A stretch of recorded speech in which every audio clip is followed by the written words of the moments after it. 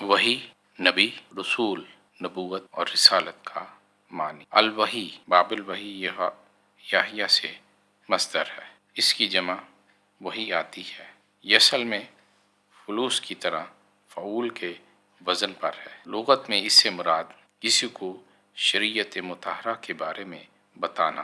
कभी वही को मुतलक रखा जाता है और इससे मुराद इसमें मफ़ूल अल-मुख़ाह लिया जाता है। इस वक्त मस्दर का इतलाक मफ़ूल पर होगा। रब ताला ने इरशाद फरमाया। तर्जमा, मगर वही जो इनकी तरफ की जाती है, इससे मुराद वो कलाम है जिसे नबी करीम सल्लल्लाहु अलैहि वसल्लम पर नाज़िल किया गया।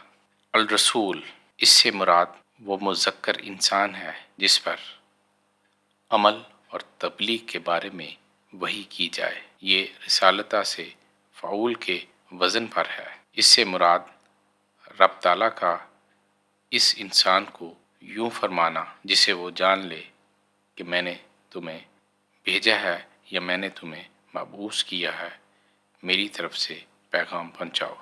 रसालत नबूवत से अफजल है क्योंकि इसमें उम्मत की हदायत के लिए हुक्म दिया जाता है, जबकि नबूवत नबी तक महदूद होती है, जैसे इल्म और इबादत। अल नबी यानी लोगों को वो कुछ बताने वाला जो इसकी तरफ वही किया जाता है।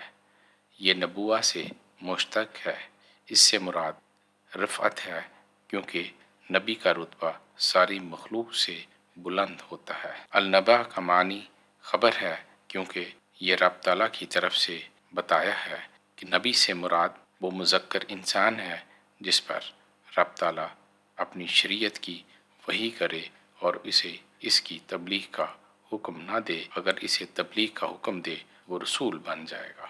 एक कौल ये है कि अगर इसे तबलीग का हुक्म दिया गया लेकिन इस पर किताब नाज़िल ना हुई या इससे अपने से माँ कबल नबी की शरीयत को मनसूख ना किया तो वो नबी है।